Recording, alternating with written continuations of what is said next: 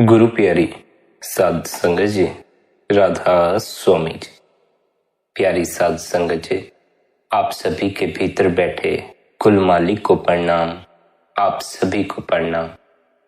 संगत जी, एक सवाल है, किन जीवात्माओं की सचखंड में वापसी होती है? क्या सभी जीवात्माएं सचखंड पहुंच सकती हैं या कुछ ही जीवात्माओं को इसका सौभाग्य उपलब्ध होता?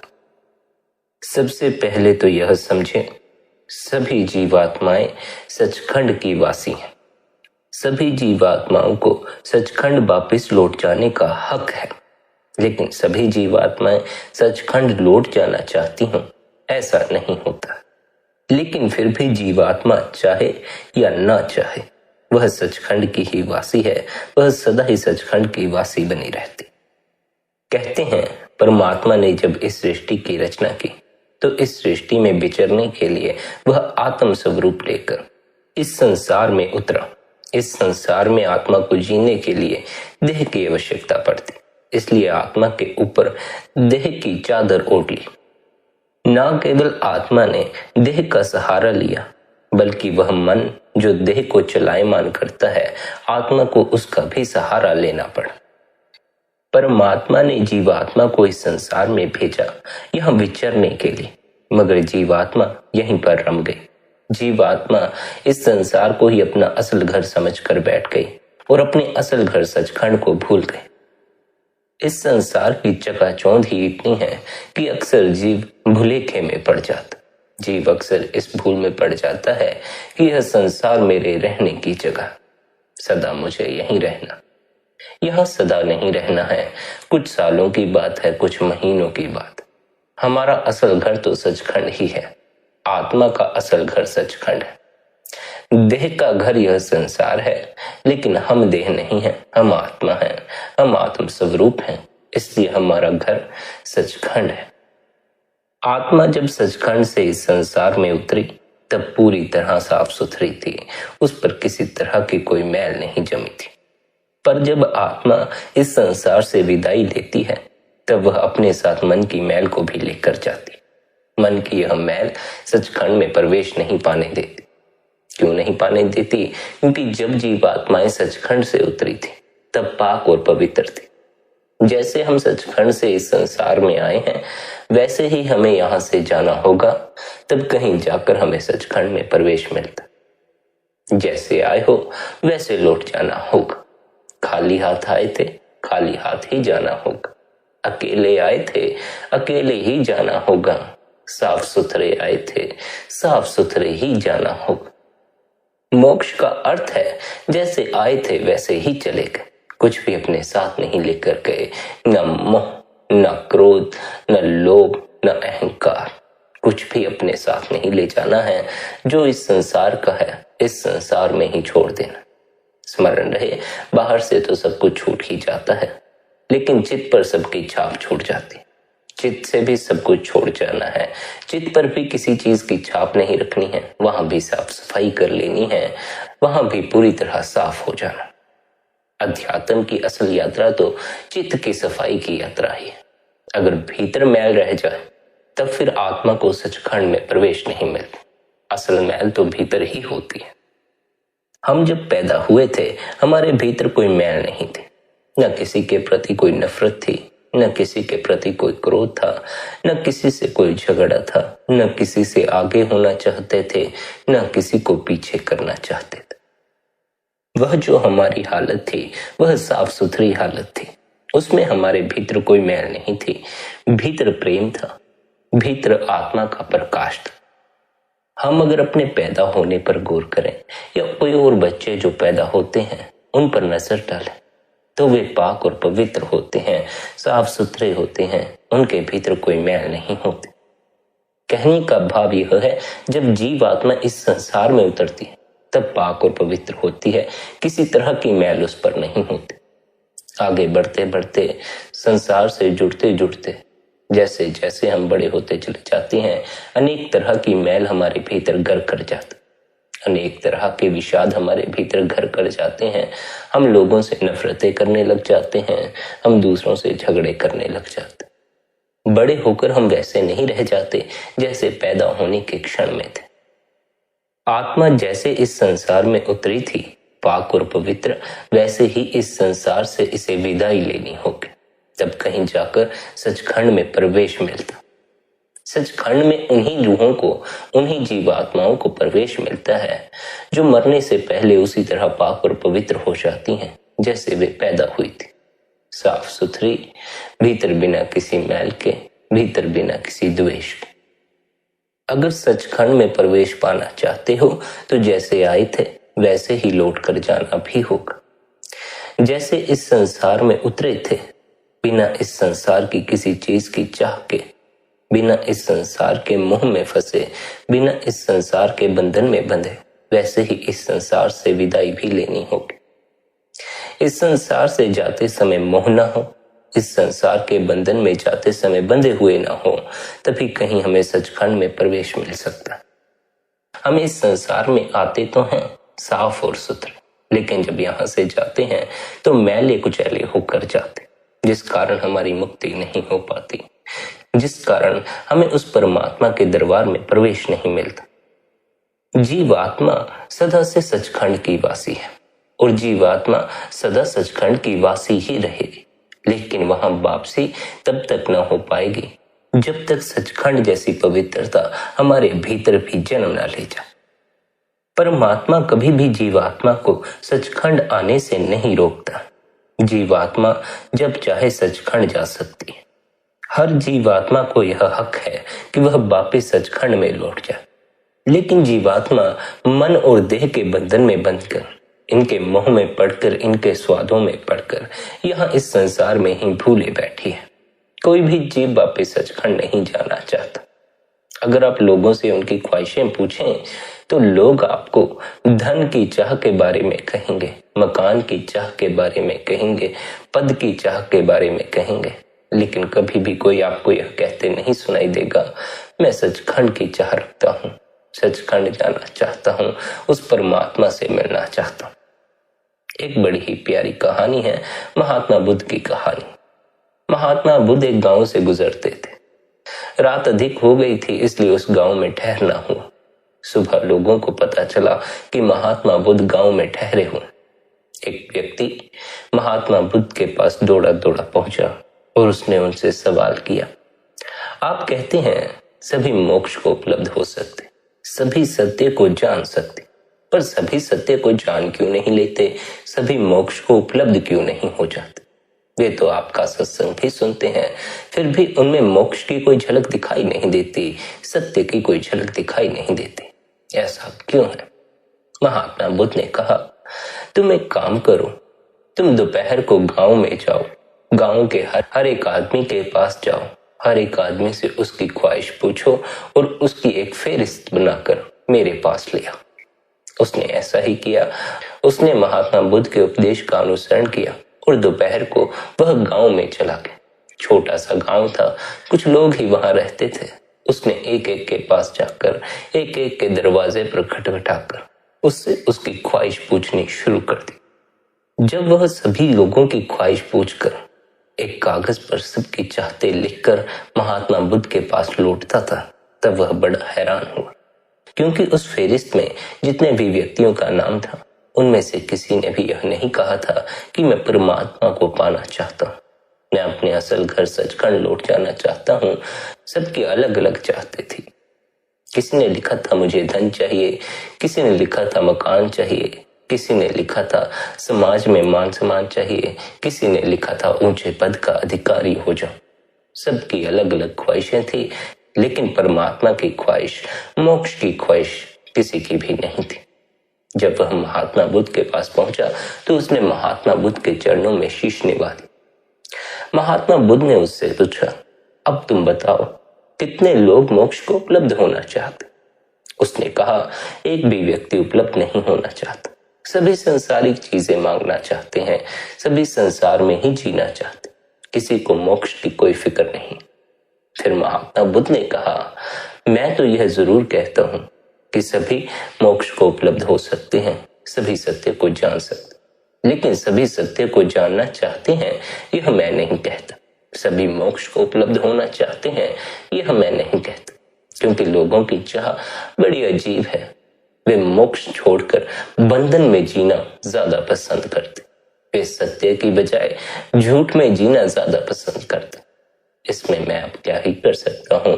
अगर कोई मोक्ष को चाहता ही ना हो, अगर कोई सत्य को जानना चाहता ही ना हो, फिर मैं उसे सत्य का ज्ञान कैसे दे सकता?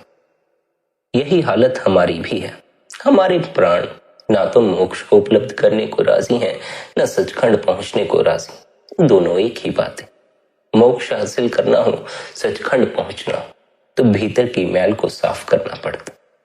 हम मैल को बढ़ाने के लिए राजी हैं, लेकिन मैल को साफ करने को राजी नहीं। जब तक प्राण ललायित ना हो सचखंड पहुंचने के लिए, तब तक सचखंड में वापसी नहीं हो पाती।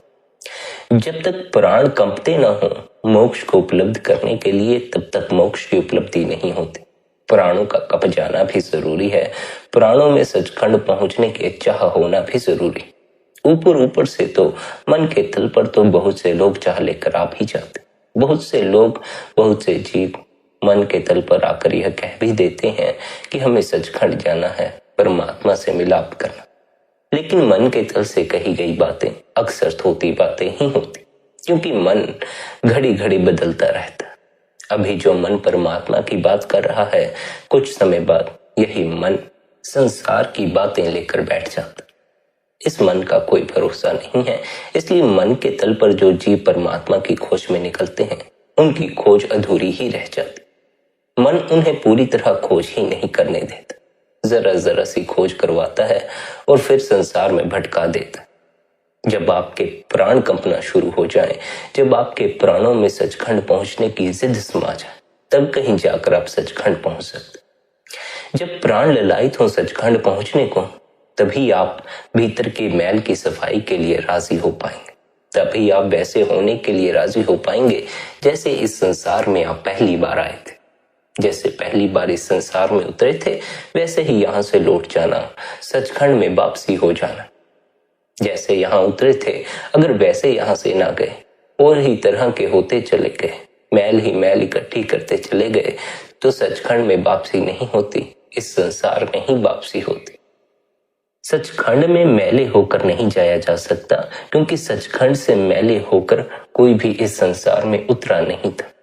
सभी साफ सुथरे होकर आए थे, सभी खाली आए थे, सभी अकेले आए थे। अब तो हम बड़े मैले हो गए हैं, अपने आप को भरने में लगे हैं और संबंधों में उलझे पड़े।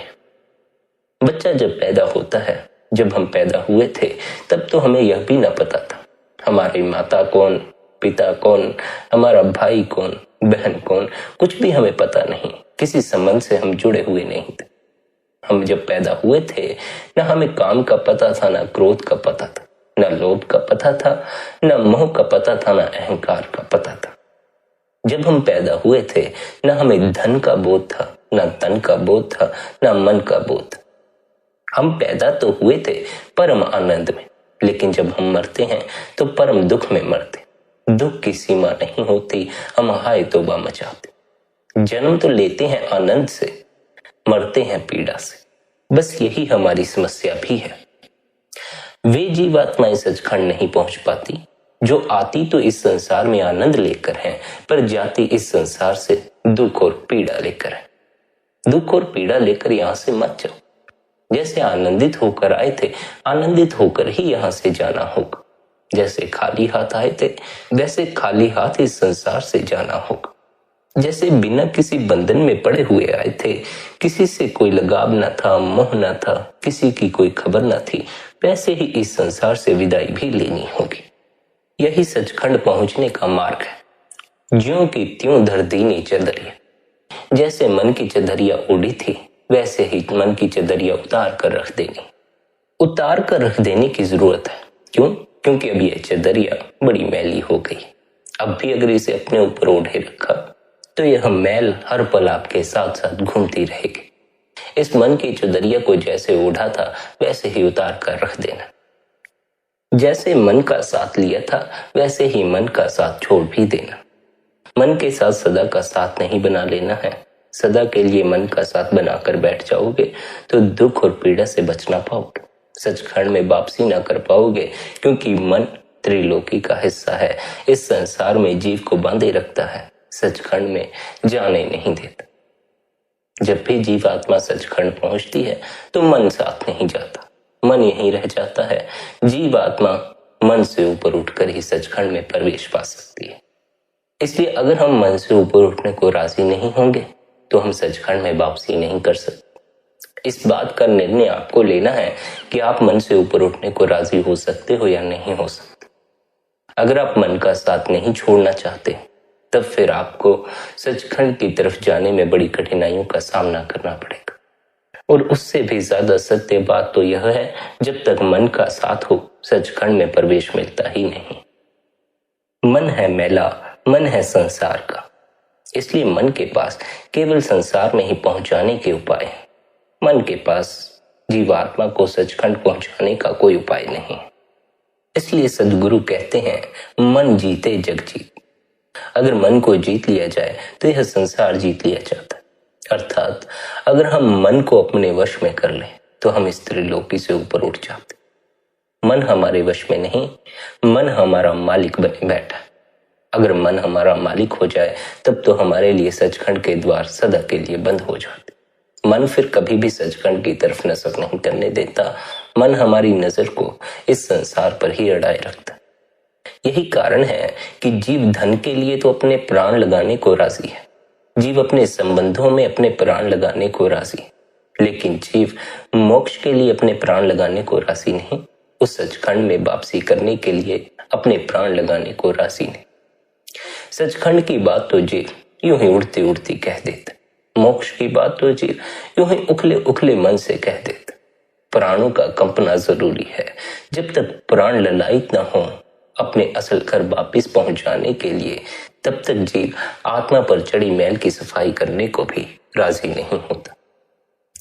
मैं आपसे कहूं कि आप अकेले आए थे, अकेले जाने को राजी हो जाइए। आप यूं ही मेरी बात सुनकर अकेले जाने के लिए राजी नहीं हो जाएं। आप तभी अकेले जाने के लिए राजी होंगे जब आपके स्वयं के प्राण इस बात से राजी हो जाएंगे कि हाँ, मैं सच में इस संसार में अकेला आया था और यहां से अकेला ही जाऊंगा। आप अपने आसपास देख लें, जो भी आज दिन तक इस संसार से गए हैं वे भी अकेले ही गए हैं। उनके साथ कोई नहीं गया, उन्हें भी अकेला ही जाना पड़ा। हमें भी अकेले जाना पड़ेगा, पर हमें इस ओर कभी नजर करके देखना चाहिए। क्या हम अकेले जाने की हिम्मत जुटा पाएंगे? नहीं, हम नहीं जुटा पाएंगे। हम इतना ज्यादा संबंधों में उलझे बैठे हैं, हम इतना ज्यादा संबंधों के मुंह में फंसे बैठे हैं कि अकेले जाने की हिम्मत हम जुटा नहीं पाते। अकेले जाने के लिए हम राजी नहीं होते हैं, इसलिए मरते मरते भी हम दूसरों के बारे में सोचकर मरते। जो मरता हो दूसरों के बारे में सोचकर, वह दूसरों में ही फिर लौट आता।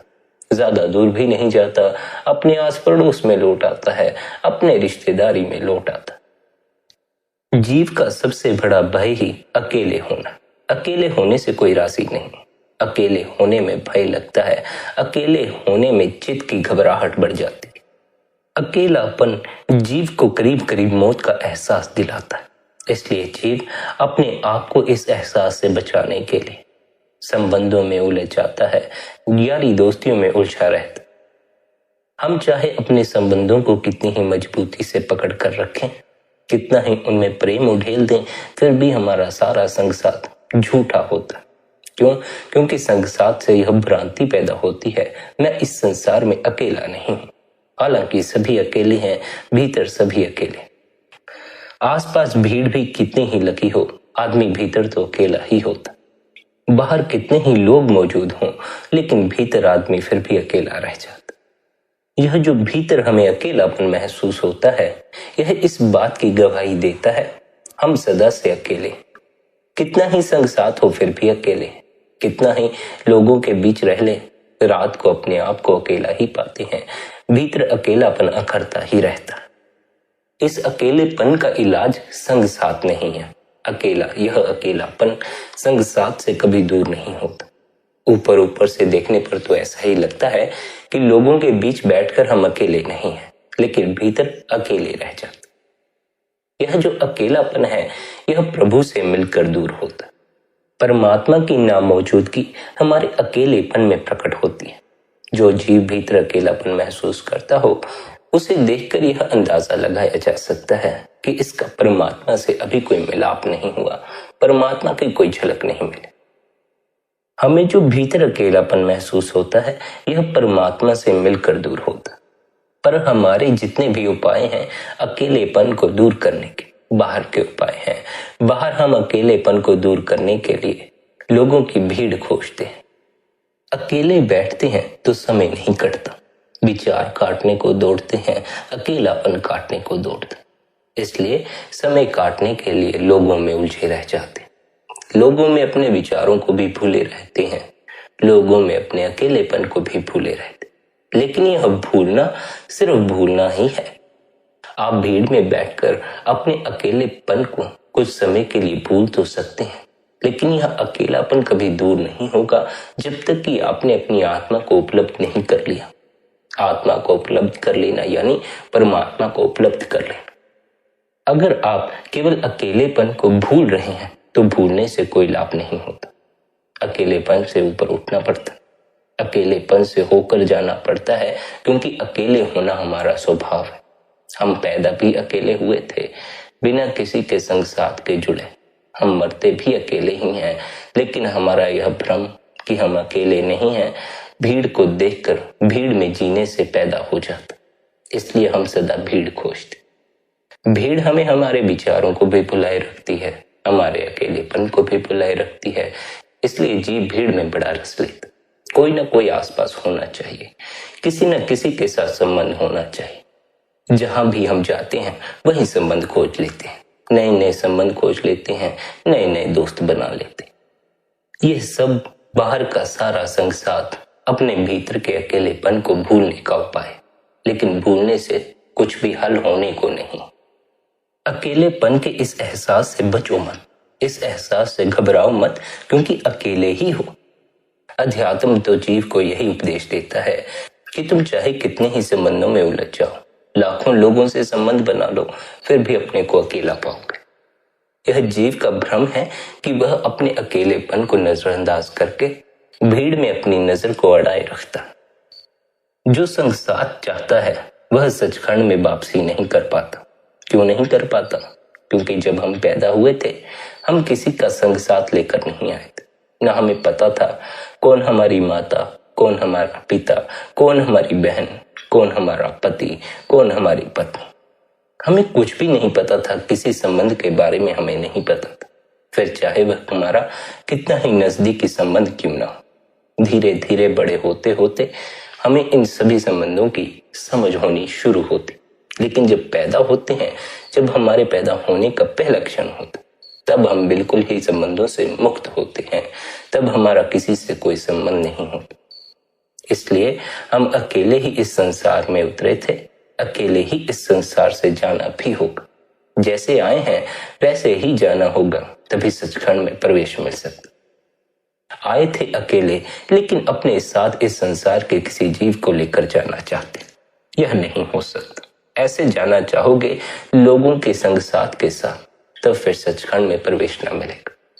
जो चाहते हैं कि उनका संग साथ सदा बना रहे, उन्हें बार बार संसार में लौट कर आना पड़ता है, क्योंकि संसार में संग साथ सदा ही मिल जाता। आप एक जगह से दूसरी जगह चले जाए तो ऐसा तो नहीं है कि दूसरी जगह जाकर आपका संग साथ नहीं बनता।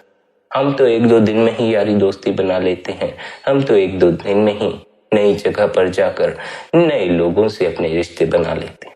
ज्यादा समय हम संग साथ बनाने में लगाते नहीं, और उसका कारण यही है कि अगर हम संग साथ नहीं बना रहे तो हमें भीतर अकेलापन अनुभव होना शुरू हो जाता।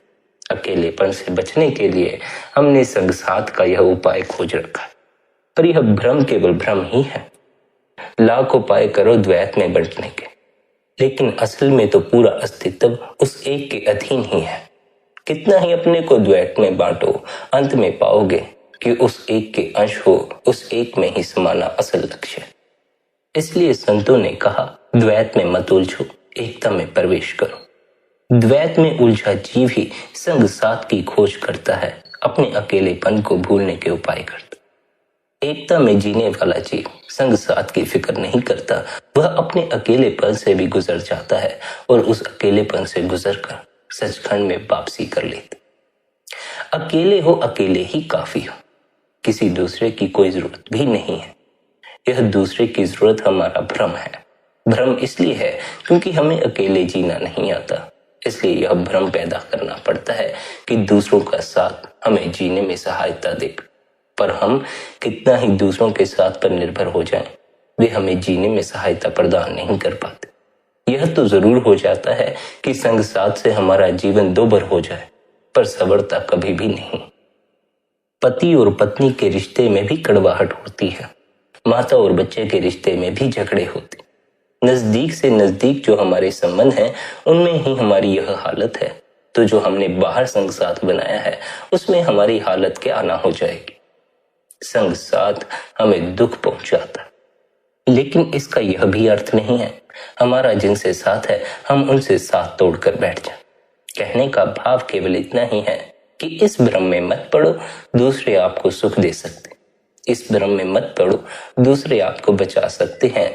इस भ्रम में मत पड़ो, दूसरे आपके भीतर के अकेलेपन को दूर कर सकते। आप स्वयं ही अपने अकेलेपन को दूर कर सकते हैं। आप स्वयं ही अपने को सुखी कर सकते हैं। इसलिए आपको अपने जीवन की जिम्मेदारी लेनी होगी। आपको अपने भीतर के रूपांतरण की जिम्मेदारी लेनी होगी। जब तक आप जिम्मेदारी नहीं लेते हैं अपने भीतर की मैल को साफ करने की, तब तक भीतर की मैल साफ होने को नहीं है।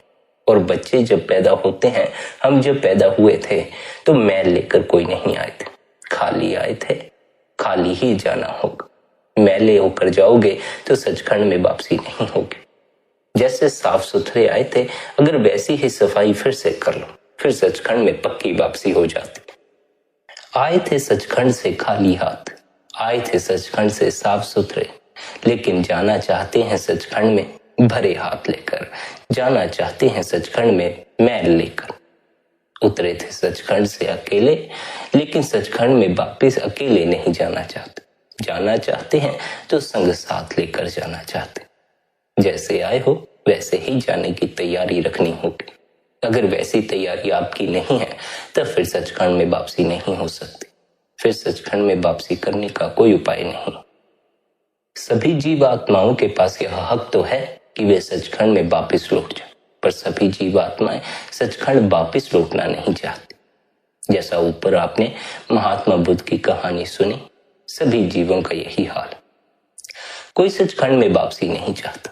सब इस संसार में समृद्ध होना चाहते हैं, इस संसार में ही रमे रहना चाहते। यह संसार जीव को सदा से भुलावे में डालता है। इस संसार ने सदा से जीव की दृष्टि सचखंड से मोड़कर अपनी ओर करने की कोशिश की। इस संसार के पास इतने अनेक उपाय हैं जीव को भटकाने के कि जीव अपनी भटकन को देख ही नहीं पाता। कभी यह संसार जीव को धन में भुला देता है, कभी संबंधों में भुला देता है, कभी पद के चक्कर में उलझा देता। इन्हीं सब में उलझा जीव सचखंड की तरफ गौर नहीं करता, अपने असल लक्ष्य की ओर गौर नहीं करता, बल्कि जो शूद्र लक्ष्य हैं, जो संसारी लक्ष्य हैं, उनकी पूर्ति में ही लगा रहता। संसारिक लक्ष्यों की पूर्ति देर सवेर खत्म हो जाती। संसार की यात्रा बड़ी ही क्षुद्र यात्रा है, क्योंकि इस यात्रा का अंतिम परिणाम मृत्यु निकलता। जिस यात्रा का अंतिम परिणाम मृत्यु निकलता हो, उस यात्रा से भला किसी को क्या लाभ होने वाला। जिस यात्रा का अंतिम परिणाम मोक्ष निकलता हो, वही यात्रा जीव के लिए सुखदायी हो सकती है, वही यात्रा जीव के लिए सहायक हो सकती। संसार की यात्रा में मोक्ष उपलब्ध नहीं होता, क्योंकि मोक्ष को उपलब्ध होने का अर्थ है खाली हाथ जाने के लिए राजी हो जाना, अकेले रहने के लिए राजी हो जाना, मन का साथ छोड़ने के लिए राजी हो जाना। लेकिन कोई भी संसारी जीव इनमें से किसी एक बात के लिए भी राजी नहीं होता। अकेले होने से तो जीव बिल्कुल ही घबरा जाता है। अकेले बैठने में तो उसका चित्त राजी ही नहीं होता। वह भागता है दोस्तों की तरफ, रिश्तेदारों की तरफ, लोगों की तरफ। बस कैसे न कैसे भीड़ में उलझा रहे, यही उस आदमी का प्रयास होता। हम तो अकेले होने से इतना घबराते हैं कि एक पूरा दिन भी हम अकेले नहीं रह पाते। एक दिन भी हमारे लिए पूरी तरह अकेला रहना बड़ा ही ज्यादा कठिन काम है। स्त्रियां अपनी पड़ोसन सहेलियों के घर चली जाती, पुरुष अपने अकेलेपन से बचने के लिए बाजार मित्रों के पास चला जाता। इससे भी बड़ी अजीब बात तो यह है कि हम कभी इस ओर गौर नहीं करते, जो संबंध हमारे घर पर है, जो संग साथ हमारा घर पर है, वही हमारा अकेलापन दूर नहीं कर पा रहा, और हम मूर्छित होकर बाहर संग साथ में अकेलेपन को दूर करने के उपाय खोजते। जब घर का संग साथ ही आपके अकेलेपन को दूर नहीं कर पाया, तो बाहर का संग साथ आपके अकेलेपन को दूर कैसे कर सकता? जब अपने ही आपको सुखी न कर सके, तो दूसरे आपको सुखी कैसे कर सकते? असल में सुखी होना कभी भी दूसरे पर निर्भर नहीं होता। अकेलेपन की यह घबराहट, अकेलेपन का यह एहसास दूसरों के कारण कभी दूर नहीं होता।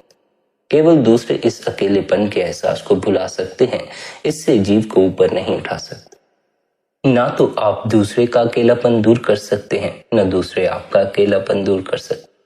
ना तो दूसरे आपको सुख दे सकते हैं, ना आप दूसरों को सुख दे सकते। इस संसार में प्रत्येक व्यक्ति स्वयं को सुख दे सकता है। इस संसार में प्रत्येक व्यक्ति अपने अकेलेपन से गुजर सकता है, लेकिन दूसरे से सुखी होने का कोई उपाय नहीं, दूसरे से अकेलेपन से ऊपर उठने का कोई उपाय नहीं। इसलिए दूसरों को अपने जीवन के दुख के लिए जिम्मेदार मत ठहराना, क्योंकि सुखी होना आपकी जिम्मेदारी थी, दूसरों की नहीं। अगर आपने दूसरों को अपने आप को सुखी करने की जिम्मेदारी दे रखी है, तब फिर दूसरे आपको दुख भी पहुंचा सकते हैं। इस बात को सदा ख्याल रखना चाहिए। हम दूसरों को अपना जीवन सौंप कर बैठ जाते हैं और उसके हमें फिर दुष्परिणाम देखने को मिलते। दूसरे हमारे जीवन की ऐसी मिट्टी पलीद करते हैं कि हमारे लिए फिर जीना मुश्किल होता चला जाता। अपने जीवन के मालिक बनो। प्रत्येक व्यक्ति अपने जीवन का मालिक है। जो अपने जीवन का ही मालिक नहीं, वह इस सृष्टि के मालिक में कैसे समा सकता? स्मरण रहे, जब आप इस संसार में पैदा हुए थे, तब मालिकाना हक आपके पास मौजूद था, क्योंकि भीतर आत्मा का प्रकाश प्रकट होता। बड़े होते होते मलकीती आपके हाथ से चली गई, मन के पास मलकीती आ गई, मन मालिक बन गया। जब मन मालिक बन गया, तब फिर आप इस मन के गुलाम हो गए। गुलामों की क्या हालत होती है, आप इसके बारे में जानते ही होंगे। गुलाम को तो सदा मालिक का आदेश मानना पड़ता। गुलाम तो मालिक के आदेश से इस कदर बंधा होता है कि वह इस बात की भी फिक्र नहीं करता आदेश कैसा दिया गया, उसे मालिक के हुक्म की पालना करनी पड़ती। अगर कोई राजा अपने सिपाही को हुक्म दे दे, जाओ फलाने व्यक्ति को मार दो, तो उस गुलाम को अपने राजा की आज्ञा का पालन करना पड़ता। उसे उस राजा के हुक्म की पालना के अनुसार किसी की हत्या कर देनी पड़ती। यही हमारी हालत है। मन मालिक है, हम गुलाम। मन हमें हुक्म दे देता है गलत तरह के कार्य करने का। गुलाम होने के नाते हम भी उसके आदेश का पालन करना शुरू कर देते। हम किसी तरह का कोई सवाल खड़ा नहीं करते, ऐसा करना गलत है या सही। जो मन कहता है बस करते चले जाते, बेधड़ाक करते हैं, अंत में उसके नतीजे भुगतने पड़ते। जब नतीजे निकलकर सामने आते हैं तो हम रोते हैं, चिल्लाते हैं और कहते हैं हमारे जीवन में यह दुख कहां से आ गया? कहीं से नहीं आया, आप स्वयं इस दुख को लाए हैं, तभी आपके जीवन में आए। जो ठान लेते हैं जीवन में सुखी होने की, वे सुखी हो ही जाते। जो ठान लेते हैं दुखी होने की, वे दुखी हो ही जाते। असल में तो सुखी वही हो सकता है जो मन का मालिक हो गया, मन का गुलाम नहीं है, क्योंकि मन का कोई भरोसा नहीं है। मन आपको क्या आदेश दे दे? मन ऐसे भी आदेश दे सकता है जो जीवन में दुख का निर्माण कर दे। इसलिए इसके गुलाम होने से बेहतर है इसके मालिक बन जाना, ताकि फिर यह हमें कोई ऐसा आदेश ना दे जो कि गलत हो, जिसका गलत परिणाम हमें भुगतना पड़े। इस मन के मालिक बनोगे तो जीवन को सही ढंग से चला सकोगे।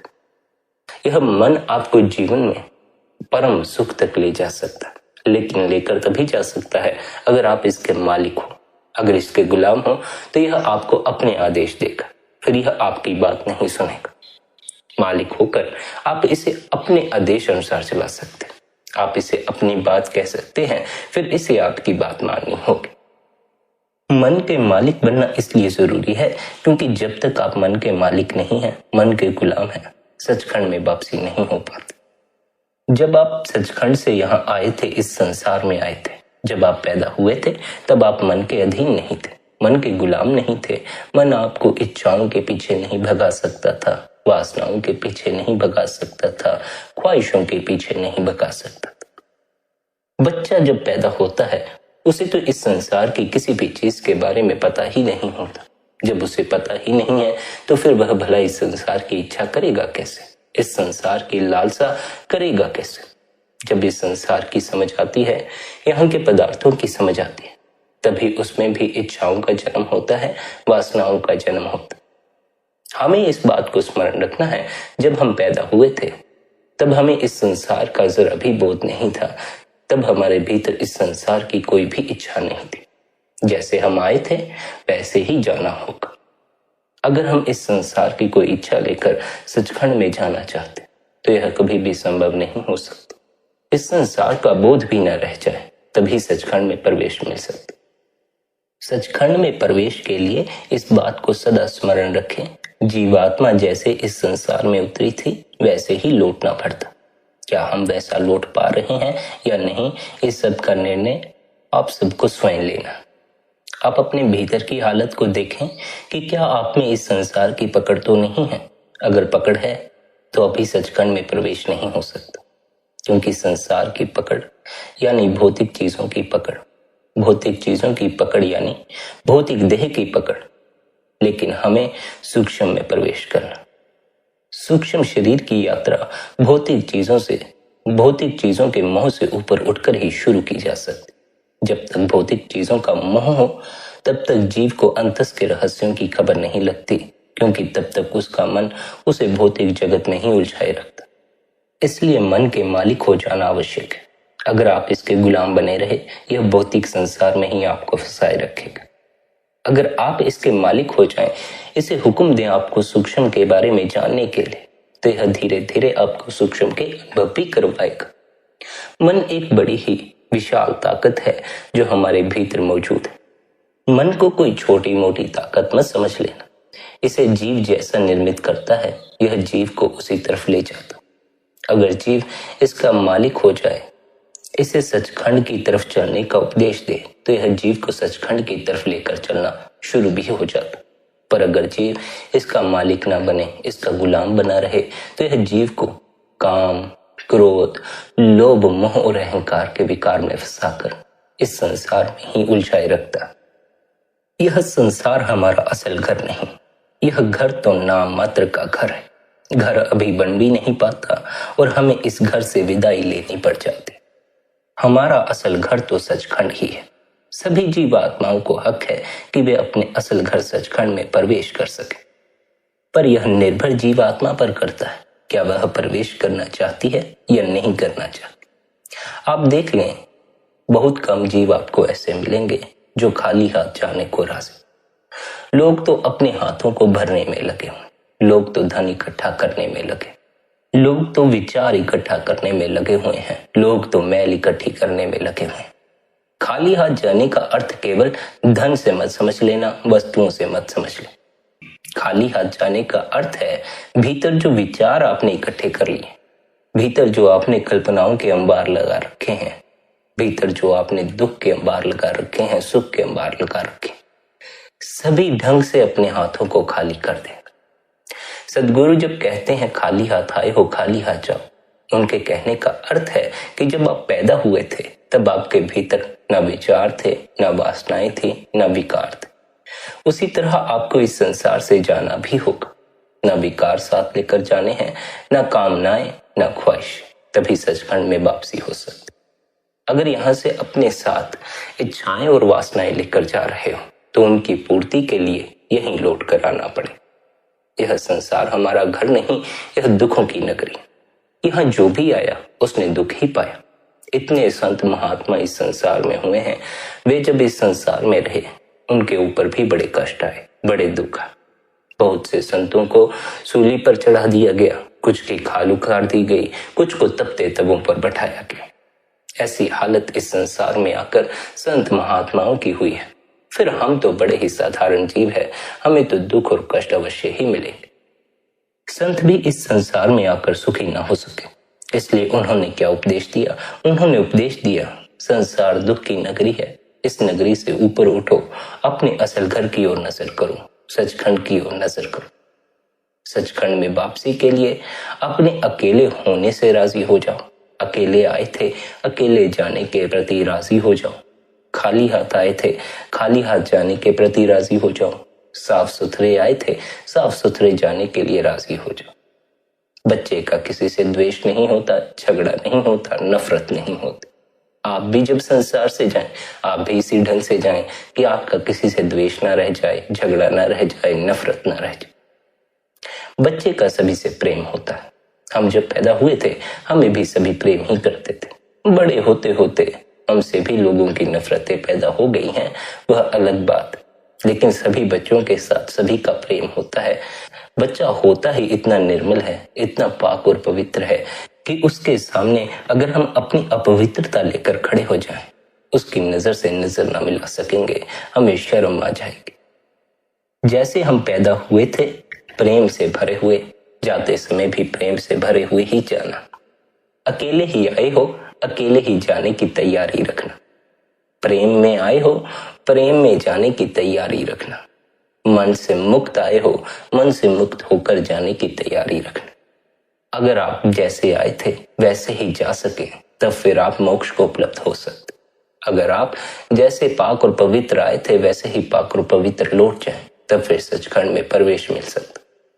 जीवात्मा को सचखंड में प्रवेश के लिए इन बातों का ख्याल रखना चाहिए कि वह अपने साथ सचखंड में मैल नहीं ले जा सकती, क्योंकि सचखंड से उसे मैल लेकर भेजा नहीं गया था, साफ सुथरा भेजा गया था। दूसरा यह, जीवात्मा सचखंड में भरे हाथ नहीं जा सकती, क्योंकि वह सचखंड से जब उतरी थी खाली हाथ उतरी थी, खाली हाथ आई थी, खाली हाथ ही जाना होगा। सफर तो अकेले ही शुरू किया था, सफर के दौरान संग साथ जुड़ता गया। यह संग साथ सफर का हिस्सा है, हमारे जीवन का नहीं। जीवन प्रत्येक व्यक्ति का अकेले का ही है। अगर जीव अपने स्वयं में उतर जाए, तब कहीं जाकर उसे इस बात की खबर लगती है कि उसे किसी भी दूसरे की आवश्यकता नहीं। वह स्वयं में पूर्ण है, वह स्वयं में ही संतुष्ट। दूसरे में संतुष्टि ढूंढना, अपने स्वयं से वंचित हो जाना, अपने स्वयं में प्रवेश कर जाना, दूसरों से ऊपर उठ जाना है, उस परमात्मा से जुड़ जाना। इसलिए आप सभी से यही विनती है, निरंतर आप भजन बंदगी में बैठें, निरंतर ध्यान में बैठें। भजन सिमरन या ध्यान स्वयं को जानने की विधि है, स्वयं में प्रवेश करने की विधि है। इसलिए अपने स्वयं में प्रवेश करने के लिए निरंतर ध्यान करें, निरंतर भजन बंदगी में बैठें, अपने गुरु महाराज द्वारा दिए हुए उपदेश की पालना करें। संगत जी, आज के इस सत्संग को यहीं पर विश्राम देते हैं। इतने प्रेम और प्यार से आपने सत्संग को सुना, उसके लिए आप सभी को धन्यवाद। आप सभी के भीतर बैठे परमात्मा को प्रणाम, मेरा प्रणाम स्वीकार करें। राधा स्वामी जी।